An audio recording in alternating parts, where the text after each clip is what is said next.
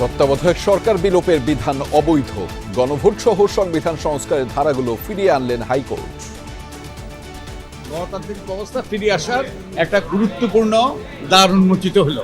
এটা নির্ভর করবে ভবিষ্যতে আমরা কিভাবে আচরণ করি। কেয়ারটেকার গভর্নমেন্ট বলছেন সংবিধানের মৌলিক কাঠামোতে রূপান্তরিত হয়েছে। কেন? কারণ কেয়ারটেকার গভর্নমেন্ট ছাড়া ফ্রি, ফেয়ার, ইম্পার্শিয়াল ইলেকশন করা যায় না। ভোটের মাধ্যমে গণতন্ত্র প্রতিষ্ঠা করা না গেলে বিফলে যাবে গণঅভ্যুত্থান, মন্তব্য তারেক রহমানের। বিএনপিকে নিয়ে ষড়যন্ত্রের অভিযোগ। জাতীয়তাবাদী দলের বিরুদ্ধে বিভিন্ন সময় ষড়যন্ত্র হয়েছে। ষড়যন্ত্রের অংশ হিসাবে আমাদের ভিতরে অনেক এজেন্ট ঢুকিয়ে দিয়েছে।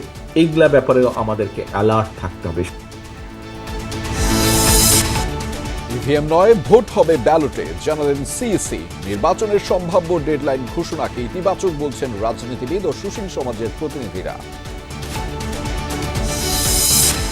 গুমখুনের ঘটনার নিউক্লিয়াস শেখ হাসিনা, ট্রাইব্যুনালকে জানালো প্রসিকিউশন।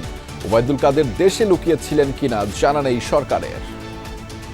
শেখ হাসিনার বিরুদ্ধে গণহত্যা এবং গুম সংক্রান্ত যে অপরাধ, সেগুলোকে মিলিয়ে তদন্ত রিপোর্ট দাখিল করতে হবে।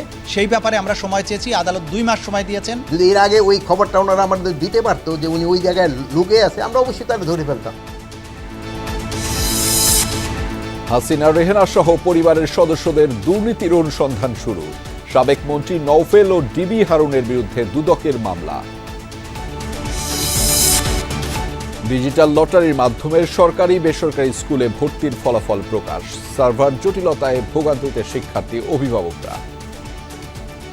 অনেকবার ট্রাই করছি, কিন্তু সার্ভার ডাউন ছিল। সকাল থেকে ট্রাই করছি এই সার্ভারে ঢোকার জন্য, কিন্তু এখন পর্যন্ত এখান থেকে কোনো রেজাল্ট আমি পাইনি। বিডিআর হত্যাকাণ্ডের ন্যায় বিচার দাবিতে শহীদ মিনারের সমাবেশ। 5 কার্যদিবসের মধ্যে গঠন হবে পুনঃ তদন্ত কমিটি, জানালেন উপদেষ্টা।